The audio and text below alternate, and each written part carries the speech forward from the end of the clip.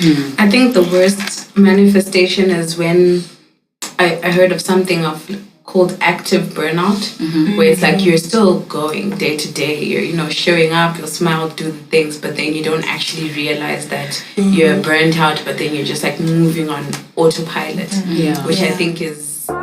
Hey guys, this is Anesu, aka Nyati Shonga. Hello, my name is Chido, aka Tsitsi. Wagwan. Advocate Amanda here. Hi everyone, this is Kuda, aka Cooks. Hi, and welcome to As Told by Us, the podcast. This is a weekly podcast where 4 professional millennials discuss living in Zimbabwe and trying to figure life out. Someone once told us the grass is much greener on the other side. But from where we're standing, our grass is green. Subscribe, like, Share, comment down below. So we're back. It's a new week. It's a new day, baby. Anyway, we're joined in this episode again by Ropa from the previous episode. And this time we're also joined by Tsitsi. If you can just introduce yourself real quick. Hello, I am Tsitsi, a lawyer like this lovely ladies that I'm sitting next to, also an entrepreneur like Ropa. This Zimbabwean came back home after a couple of years in SA, just trying to figure out adulthood and business world. Nice. Okay, today's dilemma is on black tax. Yeah. So, hi guys, I'm in my second year of work as a data scientist in South Africa. I started working soon after I graduated. Now, my parents, who are from Zim, really sacrificed a lot putting my sister and I through high school and uni. I remember them borrowing money from friends and family to make it work. They sent us to the best schools that they could, and they sacrificed a lot. As a data scientist, I earn around 1,000 net, but I am still trying to secure my critical skills visa, and I've been working with an immigration consultant to get it sorted. The visa situation is financially draining. I've had to pay for the consultant fees, tuition fees, and so on by myself, and it means I can't reach some of the goals that I set for myself, like buying my first car this year. Now, my parents, who are still in Zimbabwe, haven't had the best fortunes financially. My mom recently got laid off from her job, and my dad's construction job hasn't been paying as it should. I went back to Zim 2 weeks ago, and my dad has lost a lot of weight. The things in the house are broken or not working. There's hardly any food, and I really feel like I need to contribute more, but mentally, I wish my parents could fend for themselves because I have my battles and goals that I want to achieve. My sister got married to a great guy who loves her and has done well, extremely well financially at a young age. I feel like they could help more, so help our parents more sometimes, but they're not his parents, so I also understand that. I just feel like I'm getting a lot of expectations on me as the firstborn, especially since I got on my feet. Ultimately, I recognize the suffering and effort that my parents made for me to be here, and I know that I need to repay that, and I will. But I just wish they were more financially stable in their own capacity. Help. I feel you. I feel like you're speaking my life story. Honestly, like black tax, you're the one who just got on your feet. Your sisters or you whatever are doing much better, but there's all these expectations because I did 6 years of varsity, in a foreign country. They pay for everything. And it's real. But honestly, just do what you can. Even if it's 50 fucking rand, just do it. I'm telling you, because they are expectations. But my friend always used to say to me, not my friend actually, my old colleague used to say to me, he was an older man, 40 years old, always used to say, they have lived their lives. You are still to do yours.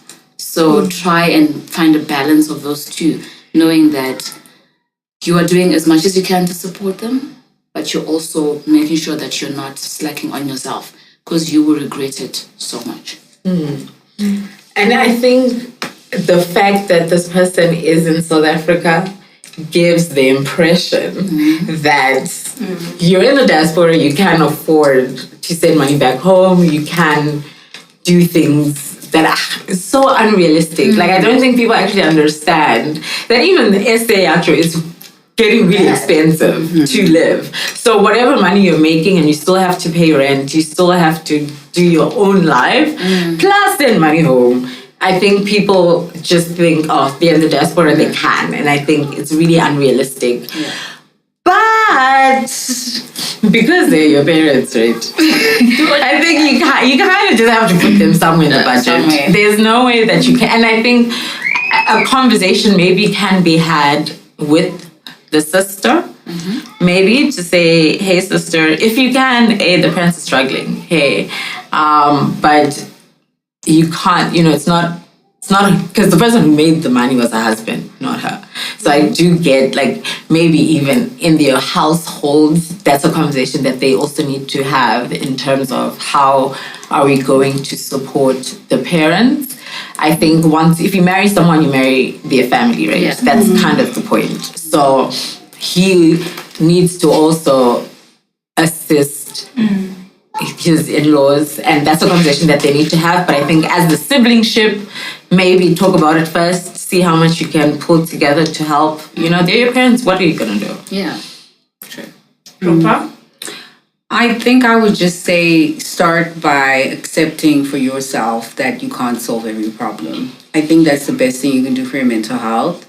You're up against a lot. You don't earn a lot of money, even though it's a lot in the context. I think in terms of what you have to take care of, like you're saying, you have personal goals, you want a car, but you also need to spend money on like migration issues, like I don't remember what the visa was called, and so on. So you are up against a lot, and it also sounds like you might be the only person or one of very few people in your family that's having this lived experience. So in addition to having a lot to take care of, you're alone. Nobody gets it. And, people might not understand. The expectations a lot. People are saying, South Africa, we're expecting X, Y, and Z. So my advice is to start with the acceptance that you cannot solve everything. You've done incredibly well for yourself to graduate, to finish, and to secure a role that actually pays you, and take it one step at a time. I agree that the parents are going to have to be in that budget, but that doesn't mean you're going to solve the problems of things at home and there's no food and something is broken. So do not put that pressure on yourself. Do not carry that with you on top of everything else you have going on. As unpractical as that might sound, I think this is really my advice, is take care of yourself. You have to show up for everyone, or for at least for your parents, and that's a lot. And do what you can, but you're not going to be able to solve. You might not be able to solve everything. Yeah.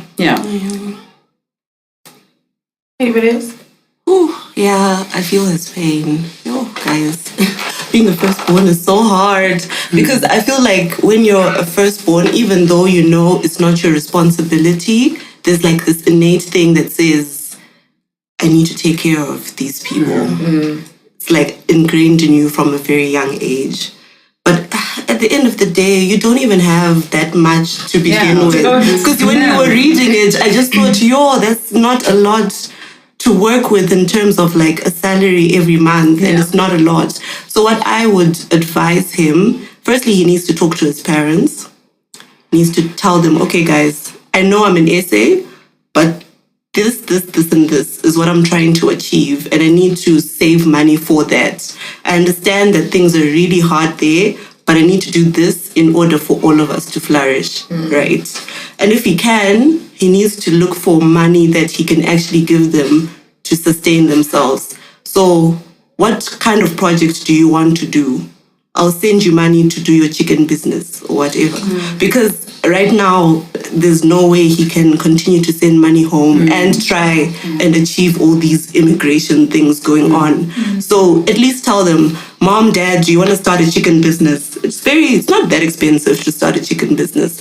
You can send that money through, and they do something with it that will help them sustain themselves until such a time when he can be them binga.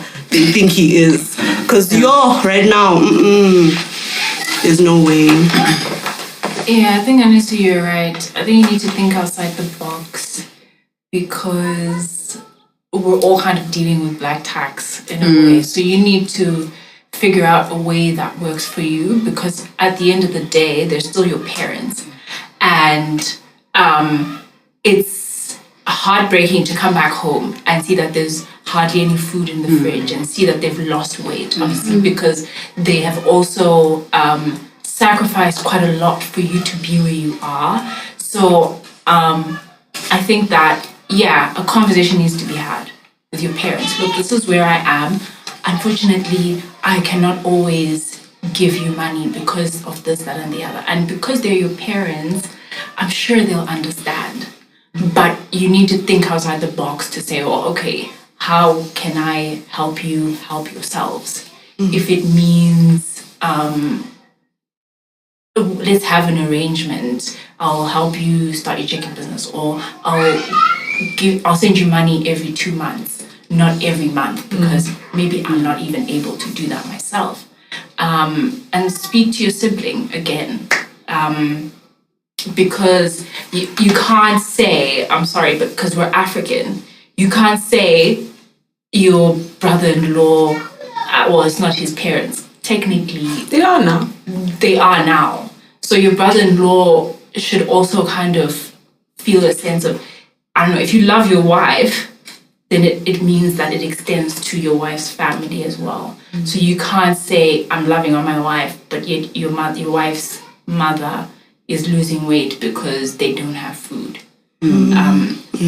It's not, you're not expected to like give your parents $1,000, but at least something to keep them going. That's what I think. Something I just want to add is that I think anything you struggle, any needs you struggle to meet might also haunt you at night. And I just want you to be kind to yourself. Whatever you can do for your family, do it, and do it wholeheartedly. And things like weight loss, people don't have food, things are not working, kwafiwa, whatnot. A lot of things, they will weigh on you because that is your family. And if you are struggling to meet certain needs that you yourself, you yourself would want to do it for your family, just try and be kind to yourself because it's also tough because you feel the pressure that, wait, but I have access to things that they don't have access to. I'm the one who's had the education abroad, like Tsitsi said. All these things might start playing in your head, like that means I should be doing something. And just remember to be kind to yourself, do your best, and be open, have the conversations, let people know where you're at. Yeah. I like that because I do feel like this person has a sense of guilt. Yeah. It really feels like they feel so guilty that they did all of this for me and I can't do anything for them. Hey, first of all, we're young. There's really not much we can do. We can only do as best as we can, And I think, unfortunately, for us millennials, life is not as easy. I don't like saying this, but it's not as easy as our parents had it. Yeah. You know what I mean? Yeah. So, yes, you need to assist them, but get rid of the guilt because it's not that you don't want to, it's just you cannot right now. It doesn't mean you never will, it just is in this present moment. There's only so much to do. And I mean, everything's working against you. There's recessions, there's zigs, there's things are working against you, friend. Like, there's nothing you can do. Don't feel guilty about it. What is in your control, do it. What is not, hey, leave it alone. Put the guilt away. I don't even think your parents want you to feel as badly as you feel right now. They'll figure it out. They'll be fine. Alrighty, speaking about millennial experiences, I feel like because we've got such a mixed bag of people, like people have experienced lots of things, one common thing that we're all like fighting with is burnout and basically how to get through it, really. It starts with the dilemma, right? It actually literally segueing from the dilemma. Yeah. So today we just want to like discuss burnout and what that is, and hopefully we can help each other out in terms of how to tackle it. Or prevent it. I would love to prevent burnout. So I don't know. Let's and open recovery. the floor. Recovery. Yeah. Healing. I mean, one place to start, just segueing from the dilemma, is just expectations. Yeah. Like when we left high school or college or uni or whatever it was, like we came into a world. I don't know where the expectations come from per se, but you just come in where it's like, yes, there are things that need to be taken care of by you. Do it. And yeah. I'm going to start with the definition. Okay. So burnout is a state of emotional, physical, and mental exhaustion caused by prolonged or excessive stress, characterized by cynicism, detachment, reduced effectiveness, and exhaustion. Can be caused by work stress, but also bleeds into personal life. It isn't just a feeling of being tired after a long day. It's a deep exhaustion that permeates everything that you do. You might feel cynical about your work, unable to detach yourself from your job, constantly feeling drained, stressed, and depressed. Yeah. That's a very heavy definition. Is that how you feel? Stressed, depressed, exhausted, detached? Cynicism, yes. Like every word you were saying, I'm like, yes. tick. That's me. Yeah. Tick. I think the worst manifestation is when I heard of something called active burnout, where it's like you're still going day to day, you're showing up, you'll smile, do the things, but then you don't actually realize that you're burnt out, but then you're just like moving on autopilot, which I think is a bit more difficult, because I've experienced a burnout where you're like, I'm tired, I'm exhausted, and that's like you need a break, and you take a break, you're fine. But then the kind where it's like it's just this underlying burnout. That one, I don't know. Yeah, I think why I said it's like a millennials thing is because, like Ropa was saying, we've got our things set out for us. So usually your parents know, okay, you're going to school. After school, you go to university. After university, you're going to work. After work, you're going to make such and such amount of money. You need to buy a house. You need to do this, and this. And because we're so used to being on the go, we don't actually realize when we are burnt out. Right. Because we've got this whole plan and it's not working. Parents, your plan is not working. Oh my goodness. It's not working. It's not at all. But because there's that expectation and that plan, you always have to be on the go, and you don't notice when you're now in that state. Yeah. You just I need to go to work. Let me just keep going to work. Something will come of it, because there's this fantasy of it'll all work out. You know what I'm thinking? It's the point where you have to have a 2-minute cry. Yeah. You have to cry just to relieve. Yeah. Because you're so tired. And you're I can't do this, but you have to. You have to go to work. You have to get up. You can't stay in bed. You're just tired.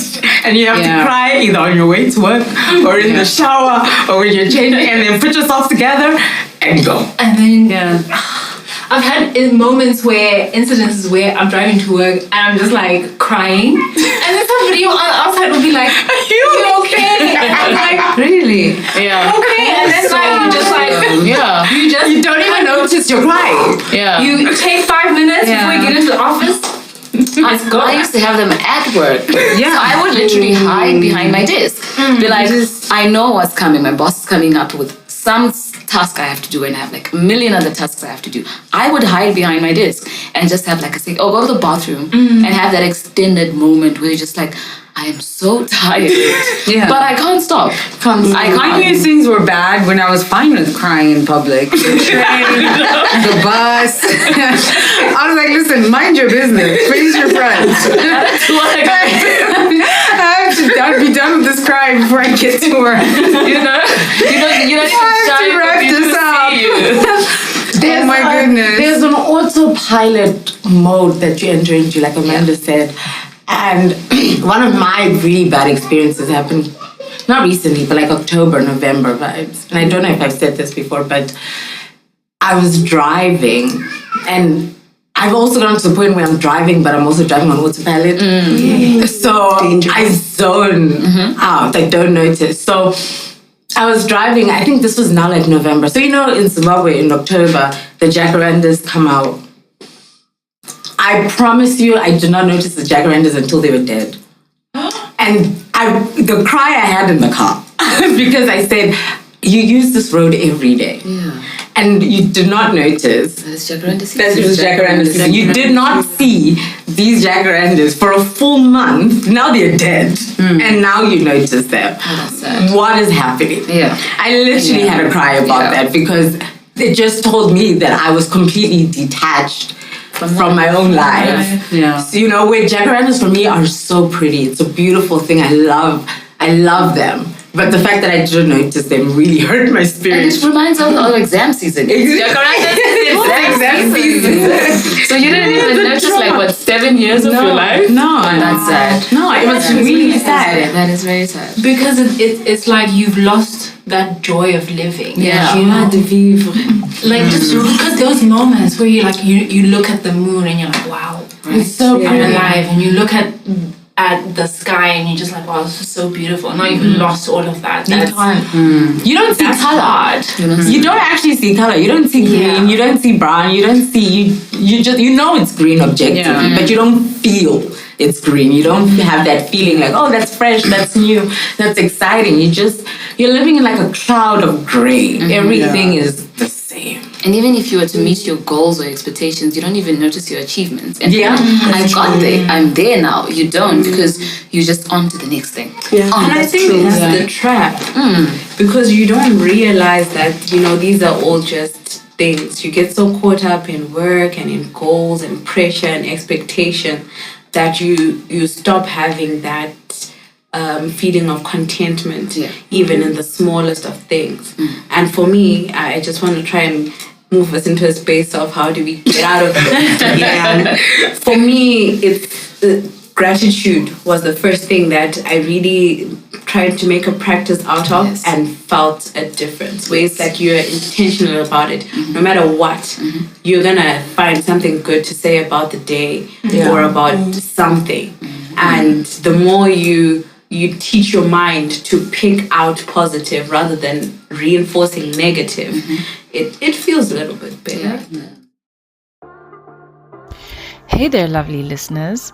So listen, running a podcast in Zimbabwe is quite the journey. It requires resources, and when we say resources, we mean money, time, and effort. Wondering how you can support us? Well, we've got you covered with Inbox, or World Remit if you're on the other side of the world. We'll be posting our Inbox details on our social media platforms.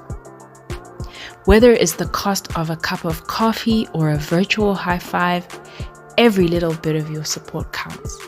Remember, supporting our podcast isn't about funding our caffeine addiction, though it is in part.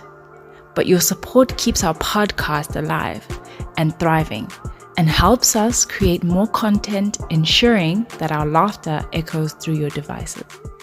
Thanks for being part of our community and for listening. Okay, it's a struggle. I'm not gonna lie, like getting through a day is like an accomplishment. It's like, It is. Yeah, because I found the older I get, it's like my relationship to sleep is like possibly the worst that it's at. Like I can't sleep, and it's not like I can't sleep, but I can't sleep. You know. Yeah, so, it's like I'll sleep when I'm dead. Sleep for the week.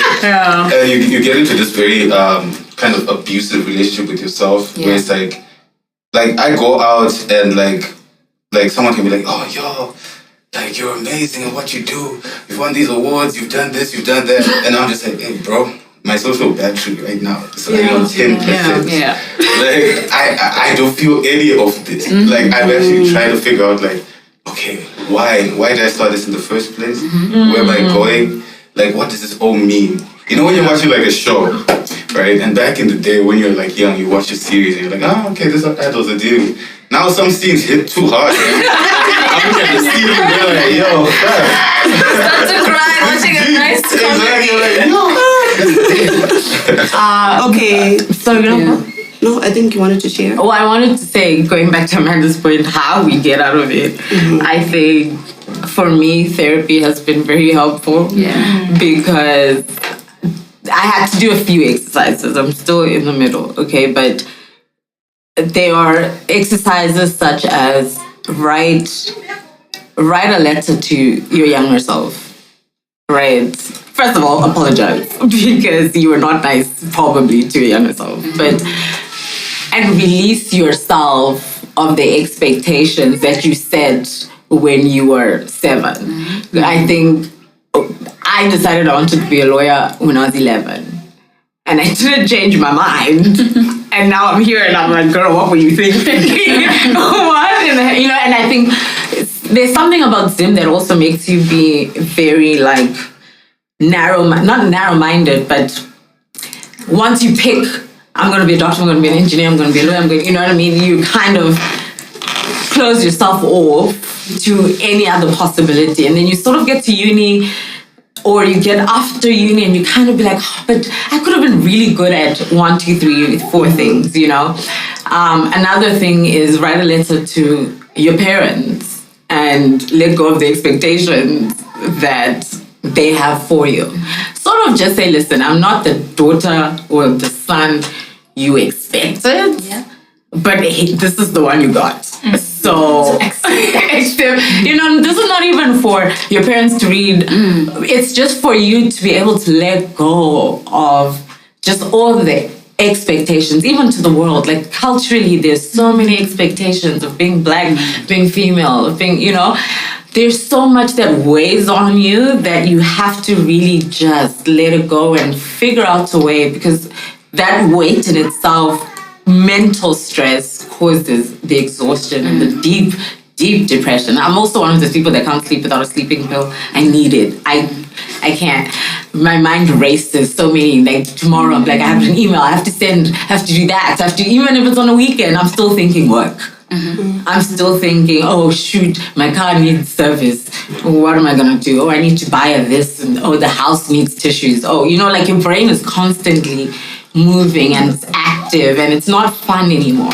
So sometimes you really, for me, therapy, a good psychiatrist who gives you good drugs. How do you know if you need to change your environment? So, how do you know if it's that dramatic? I think for me, when I knew I had to change my environment, because burnout was the reason I came back home. I didn't have an ecosystem anymore. I didn't enjoy the things I used to enjoy. I was changing, right? So I had to accept that this is life. Like, I'm burnt out. I'm not okay. I'm depressed. I have anxiety. I have all of those things. I had to accept. One of the biggest things I had to do was accept that, first of all, I can change my mind. It's okay to change my mind. It's okay to want a different lifestyle than what everybody has for me. That was very hard. I have a very different way of life compared to my 3 beautiful sisters and my mom and my dad. It's very different. I had to accept that was okay.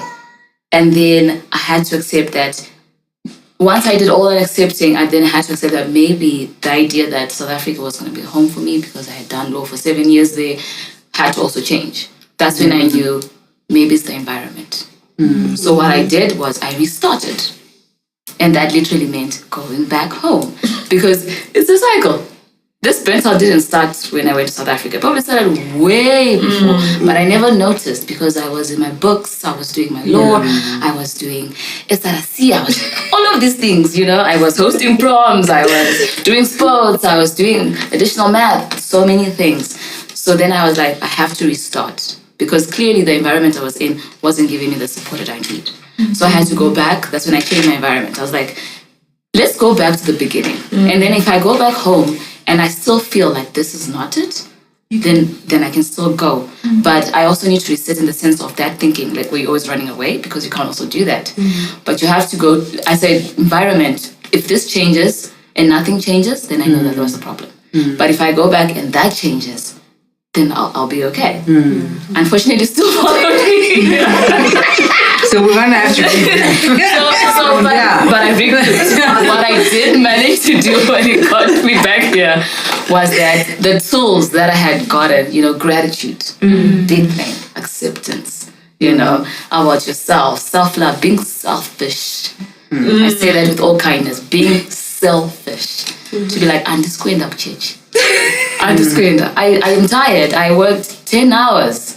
I finished work on Saturday night at 2. I only slept for like a few hours because we have to do breakfast and I'm shopping. I have to see my nieces. It's a lot. So Sunday I'm not going to church. And my parents were like, why? I'm tired. Why do you mean you're tired? Mama, I work 10 hours. And they might never understand it, but you start accepting that also, that fact. That people might never understand you. So at least it's okay. As long as you are okay with the life you're living and you don't harm people, you're not actively looking to intentionally hurt people, then you're okay. I think you're okay. So that's when I knew I had to change. Because all the tools, I had them back in SA. I had therapy. I had gratitude. I had all of the tools. But the environment wasn't it. I think I relate so much with what Tsitsi just said. Also answering your question, Ropa. I think for me, it was when I could not recognize myself anymore in the environment. And this was me moving from private practice to being self-employed as an advocate. I think I was in basically my dream job. I think that's the law firm I would have wanted. Everything that I could have wanted, it was there. But I just wasn't me anymore. It was just work all the time. Early mornings, late nights, high expectations, just work. I started feeling anxious socially, which is something I've never ever been. I've never felt that. But then I was always jittery, second guessing. I always on caffeine, 24/7. I think my heart rate was probably at a constant high. I would get sick in a way that I didn't used to get sick. I think I had flu in 1 year, maybe 3 times. I'm always, and that was my body saying, no, you need to rest. But then I'm in a culture where rest is kind of what do you mean you're not coming to work? It was just an environment that my body was literally rejecting it. And I wasn't me anymore because it's also, big corporate space where you have to think twice about everything. It's not... I'm a person who's very free, creative. I like to do things outside of the box, and it's the kind of place where it's maybe be that at home, but when we're here, it's no. And it's cool. There's a lot of tools that you learned, like what Tsitsi was saying. You get so much exposure. It's basically dream job for me in law. But then I just wasn't happy, and I just wasn't me. And I think that was what made me think, maybe I do need to change my environment. And I can say, I'm still doing the same thing, but then now at my own pace, in my own space, which is a world of difference, because when I need to rest, I can rest. I still have moments of, overdoing it a bit, but then the difference is that once I've got a project, I will go all in, have that same work ethic that I would have had, but then afterwards I can take a break. A guilt-free break, which is something that I appreciate so much, because you need to be able... I had to learn myself in a different way to say that I'm a person who needs, ups and downs. There's a time where I'm going to be full on, but then I also need slow periods where I don't have guilt related to resting.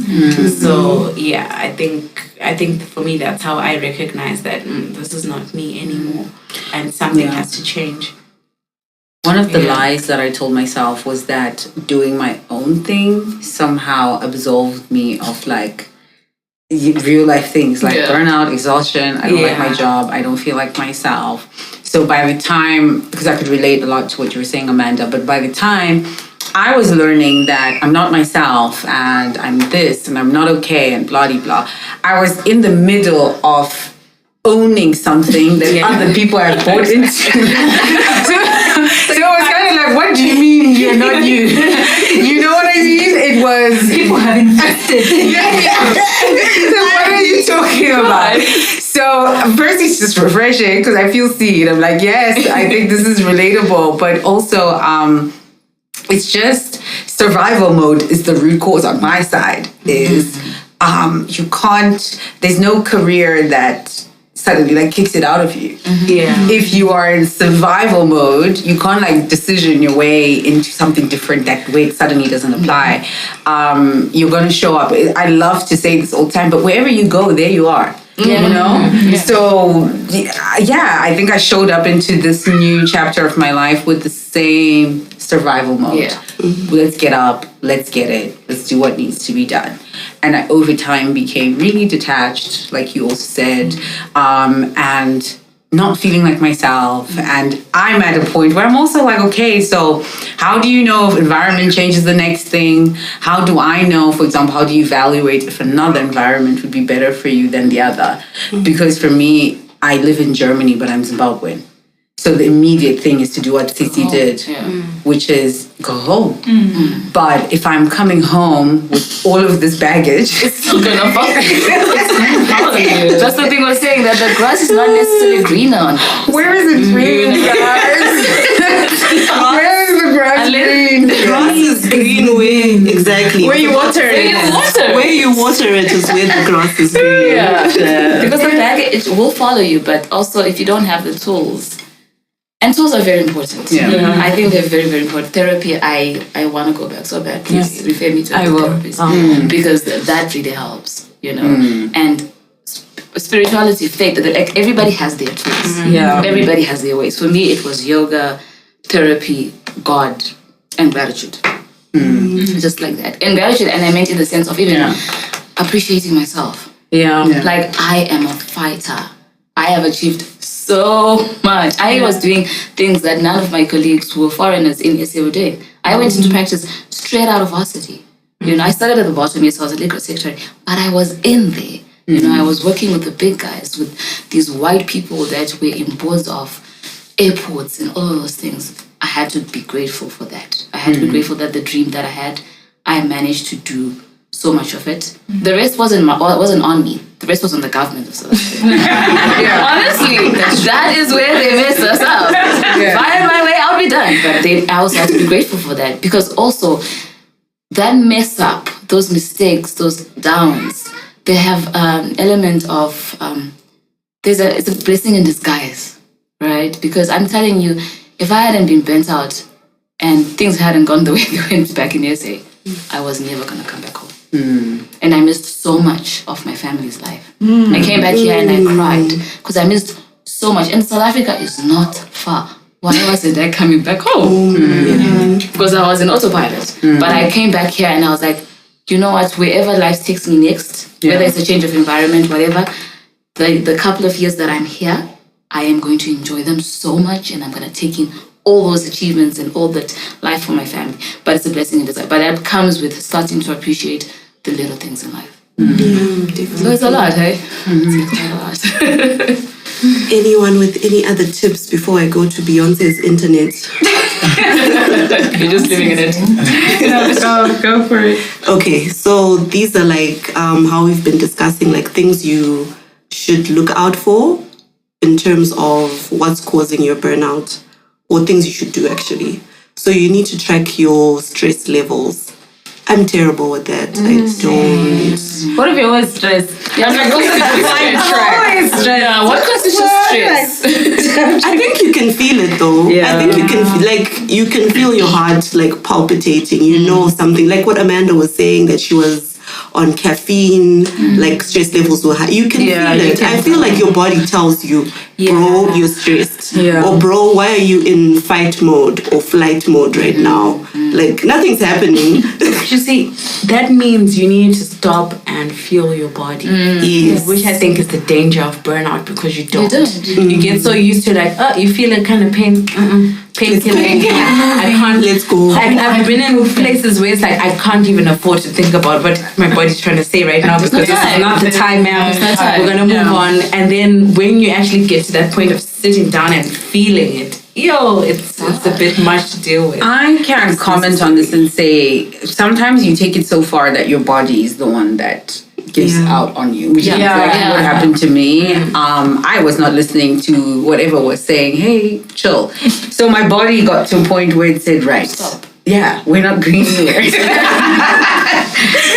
Stop right here. Yeah, and really that's what got me to finally stop and say, wait, what am I doing? Yeah. Sorry, I wanted to add a further dynamic that I have, being a person with an immune system failure already. So I think I've said it before that I have lupus, right? So in any case, my body is always sore, right? Then when I'm really stressed out, I can physically, I feel the pain because my body starts to swell up. I get really bad, like, joint pains. It's really painful. But as a person who is employed, I'm not my own employee. I'm not. I can't also say to my boss, hey, listen, I need 2 weeks off because my body hurts. I'm in pain. I ain't coming. Right? And you get leave, yes, but you're also, I've been in places where you're afraid to take a leave because 1 week can mean a lot. If you're not here for a full week, that could mean a lot for your job, right? So you kind of then move into the pain, with the pain. Like Amanda said, you take painkillers. I live on painkillers. I'm 95% painkiller, 5% blood. Like, oh gosh. That you sort of move with the pain. And I mean, especially at my previous job, I got to a point where my mother told me to quit. Yeah. She said, girl, we were going to lose you. How about, I don't even mind if you sit at home and do nothing. Can you stop? I'd lost a lot of weight. My skin had gone dark. I was in pain all the time. But I couldn't, and they saw me, like my bosses saw me. They could tell that something was wrong, but they didn't care enough to say, hey, how about you take a week off? So you, as an employee, it's very difficult now to feel burnt out and take the break because you don't know what that means for your job when you come back. I have a very practical question. What is sick leave? Like, how does it work in general here in Zim? You're employed, you're not feeling well. You go to the doctor, you get a doctor's note, and that's how you get time off? Basically. But then now through the lens of law, it's the kind of job where the work doesn't stop. The crisis doesn't stop. It's the kind of work where when you're in it, it's a bit difficult to be sick. Like I remember my first trial, I think I told the story before. I had like the worst cramps. And I had to just pop painkillers and deal with it because how am I going to go seek a postponement because I'm sick? That's my client's time, money. So it adds an added layer of pressure. I know so many people in that space where being sick has to be a certain level of seriousness. You have to be dead to get sick leave. Like, I mean, statutorily you have it. You have your sick leave days. You're entitled to all the nice things, but there's an unspoken rule that you're a lawyer. You don't get sick. I was actually glad when the pandemic happened. Oh God! Because then it normalized. Like you're a bit fluey. Stay at home. Because we needed a pandemic for that. No, we did. Because you'd be sick as a dog, and you're coming to work, and everybody's like, "Oh, shame," but still nobody's saying. And guess what? You're sick, so now she's sick, so now you're sick, so now we're all sick. So now we're all sick. Why didn't you just take it 2 weeks and go and get better? No. Now we're all down, but we're still coming. You're actually saving a lot of time if you were to just take 2 days off because you're feeling fluey. You're also saving all your colleagues the stress of getting sick as well. So I was grateful for the pandemic for that because now every time I'm feeling like I'm like, sorry, I'm not coming in. But the funny thing is, I think that's also an African dilemma. Ropa is an entrepreneur in Germany. I work for an American company. You are allowed to have your days off. My boss has been like, can you please take your time? Can you guys please use your leave days? Because I think in Africa it's go, go, go, go. In SA, you have to speak up. So don't wait for your boss to figure out you're not feeling well. My boss be like, if you're not sick, just say so. But you're so timid, you're like, but then the work is gonna be there, whatever. Like, no, but you're sick, so say so. Because then it doesn't help. In America, they encourage you to please take your time off, you know? My sister was having a baby a couple of weeks ago, and I had told my supervisor boss at that time. And then he literally asked me, I thought you said your sister is having a baby. Isn't she having a baby today? What are you doing? And I work remotely. Right. But you remember the little detail, and then they encourage you to do that. It's also something that I think overseas they're learning. Here, we might have some time. And also, But there is. Sorry, good. I want to say, dear bosses, Please. when I'm on leave, and I'm on leave. I'm not here. Don't be like, oh, but then we also have a meeting. So can you at least join online? No. Can you check this email 2 seconds? I'm on leave. Please leave me alone. Please. But that's where the selfishness is. Switch off your phone. Switch off your phone. Girl. Pause. No. But I mean, if it's affecting your mental health, then maybe get fired. Yeah. You know? Maybe. Because I work in a different setup because I work for a company. So you actually have specific days that you're not supposed to be at work. So my boss actually says, okay, guys, like, give me your leave timetable. Tell me who's not in the office. Tell me who's not at work this week and that week and such and such. So I guess, like, to respond to you, I think Africans are trying to get there. Yeah, because at my workplace, if we tell your boss, I'm going on leave from this date to this date, then he'll ask you, are there any fires during that time? You say no, I've tried to make sure that my things are in order. Then you go on leave, because there are laws, like Amanda was saying. You have 90 or 60 days of leave time, of paid leave. And I just want to encourage people, take that time, guys. Take those days. Take that time. Like, sit down and generate. This is not a race. There's no prize. Like those One thing I appreciate about Germans, they're gonna take that paid time off. They will do it. They're gonna be hiking while you're emailing them. They will My be boss was gone for responding a from a month beach. beginning of this year. It was hell. They have such a beautiful work-life balance. So Okay, continuing with the list, I think we've mentioned this one, the creating a habit of journaling, the gratitude journal and all of that. Seek professional help. Build a support network. I think, that one might have greener grass elsewhere. The support network. It might be easier to do that one in one place than it is to do it in the other. I don't know. Actually, that's a question. I would say why I say that, from my perspective, so when I first moved to Germany, there were like 50 Zimbabweans that had moved around the same time. Like, there was so few people that to just find people that were similar to us was difficult. And then the Africans were also few and far between. And then in general, in the normal, like in the day-to-day where the society I'm trying to integrate in, there were challenges like language barrier, the culture is different, people aren't trying to hang out like that. So building a support network was really, really tough. And it also then gets really tricky when things in your life change. So the support network needs to change. And you can't build it or repair it or change it as quickly as life is changing. So you just end up isolated. And that is precisely where I am. And it's not even that the people that would support me don't exist. It's even just the access to them. The lifestyle is so like one by one, so individualistic, that's a bit tough. Yeah, I think we underestimate the importance of the people who don't get to choose to be with us, like our family. Like, we underestimate like how important just having a brother or a sister or a mom who's still alive is. Because those people are forced to be your support network. They need to see how you're doing. That's true. You see, there's also the sad part for people like me, who's a long distance sibling to literally all my siblings. We are all over the world.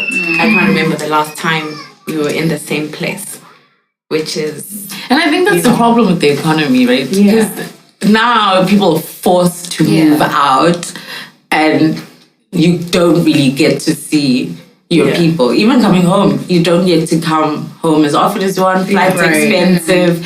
You know, there's a lot of things to plan around you even coming back home. And I think that's definitely what the economy has stolen from us, that sense of togetherness. And also, I want to blame, I don't know who I can blame for this, but someone. I have to blame someone, because you know what I've been thinking? I'm now such a what is it? Like, I advocate for gap years. Yeah, I advocate for gap years. Yeah. Right? And why? Because I've been waking up at 5 since I was 3. You know, because I had to go to creche. Creche was early. Then I had to go to primary school. 7 years. Again, waking up 5, 6. High school. Uni. Now I'm at work, and it does not stop. I don't know who I need to blame, but it's like there is no, it's always go, go, go. Since you're 3. I mean, if you're unlike you too, you know, like there are people who have been on the move all their life. They've either had to go to creche, then they've had to go to, there's just so much to do, and holidays, because there's holiday school, you know, you have, especially if it's exam season, you know, you're going to extra lessons. It's always just on the move, and I don't know, maybe we were just not prepared. I don't know if our parents just didn't prepare us enough for adulthood. I don't know, but it just feels, for me, I'm always saying, if you can, take a break. Take a gap year, do nothing. What is the adult version of a gap year? I need the one that I can do. No, it needs to be longer than that. It's just longer. Take 6 months off, take a year, just do nothing. Professional. It's the best. I love that one. Okay. But take the time. Honestly, think about it now. We're all in our late 20s-ish. But retirement. I don't know what you're talking about. But listen, retirement is 65 if you're lucky. Yes. Oh my goodness. We still have a good 35 years to go. You know, retirement, and if you're lucky. There's some people that haven't been able to retire at 65 because the economy doesn't allow. So you're 17, you're still going to work. You know, so yeah, guys, I don't know how to solve it, but Jesus, we need something. Okay, this list is really long, so I'm just going to do 2 more.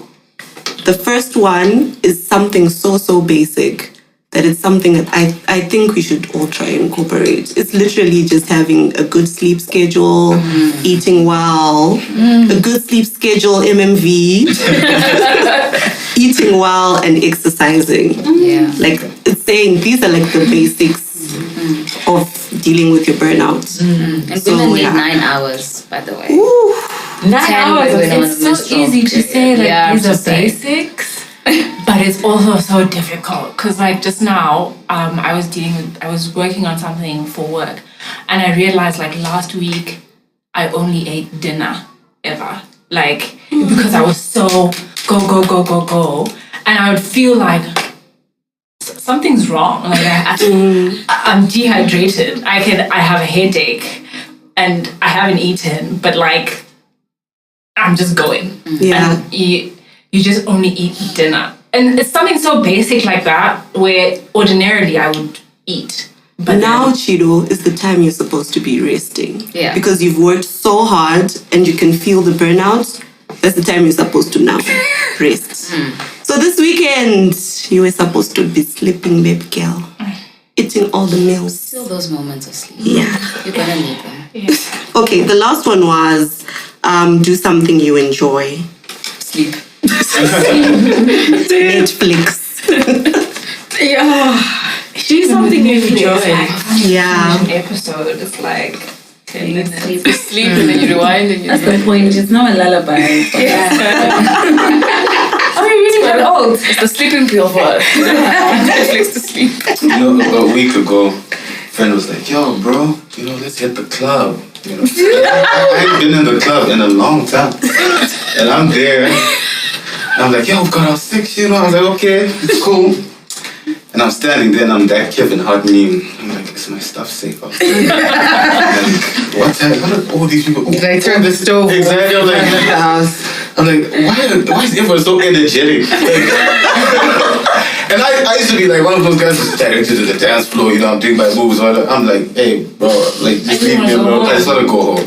Things have changed. Yeah. And I was like, okay, so I don't enjoy that anymore. Like, that's definitely off the list. It was me, I think, also about a week ago. We literally ran away at the location change. Next day, I'm like, it's 11.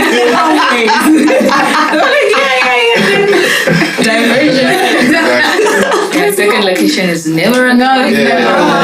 never. It's not. So I guess the moral of the story is we're all tired. Yeah. Yeah. But there's a way. There's a way. There's small little victories. Okay, bye. Bye. Hi, guys.